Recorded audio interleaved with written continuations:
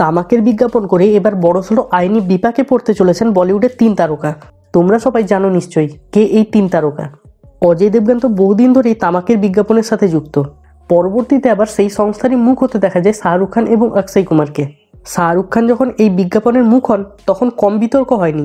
কেউ বলেছিলেন প্রথম সারির অভিনেতারাও যদি এটা প্রমোট করেন তবে ভক্তদের মধ্যে তামাক সেবনের প্রবণতা অনেক বেড়ে যাবে। আবার কেউ ছিছি করেছিলেন শাহরুখ খানের এমন সিদ্ধান্তে। তবে যখন অক্ষয় কুমারও এই ব্র্যান্ডের সঙ্গে যুক্ত হন তখন এক প্রকার রে রে করে ওঠেন নেটিজনেরা। কারণ বিভিন্ন সতর্কতামূলক বিজ্ঞাপনের মুখ হতে দেখা যায় অক্ষয় কুমারকে।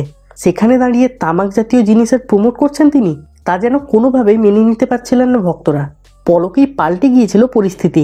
এমনকি নিজের ভুল বুঝতে পেরে ক্ষমাও চেয়ে নিয়েছিলেন অক্ষয় কুমার। জানিয়েছিলেন তিনি তার এই কাজের জন্য পাওয়া সমস্ত টাকা ফিরিয়ে দেবেন, কিন্তু বিজ্ঞাপন বন্ধ করতে পারবেন না। কারণ একটাই, তিনি চুক্তিবদ্ধ ছিলেন। মাঝে অবশ্য বেশ কিছুদিন স্থিতিয়ে গিয়েছিল এই বিষয়ে, বহু জায়গায় বহু মামলাও দায়ের হয়েছিল। এবার তৎপর হলো এলাহাবাদ হাইকোর্ট। নোটিশ ধরানো হলো 3 সুপারস্টারকেই। কেন্দ্রীয় সরকার এলাহাবাদ হাইকোর্টের লখনৌ বেঞ্চকে নির্দেশ করেছে 3 সুপারস্টারের বিরুদ্ধে নোটিশ জারি করতে।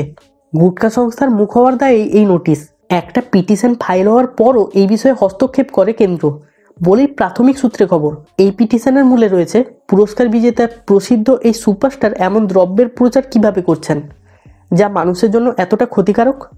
2022 সালে বিষয়টা সামনে এলেও এখনো পর্যন্ত 3 সুপারস্টারের বিরুদ্ধে কোনো পদক্ষেপ নেওয়া হয়নি।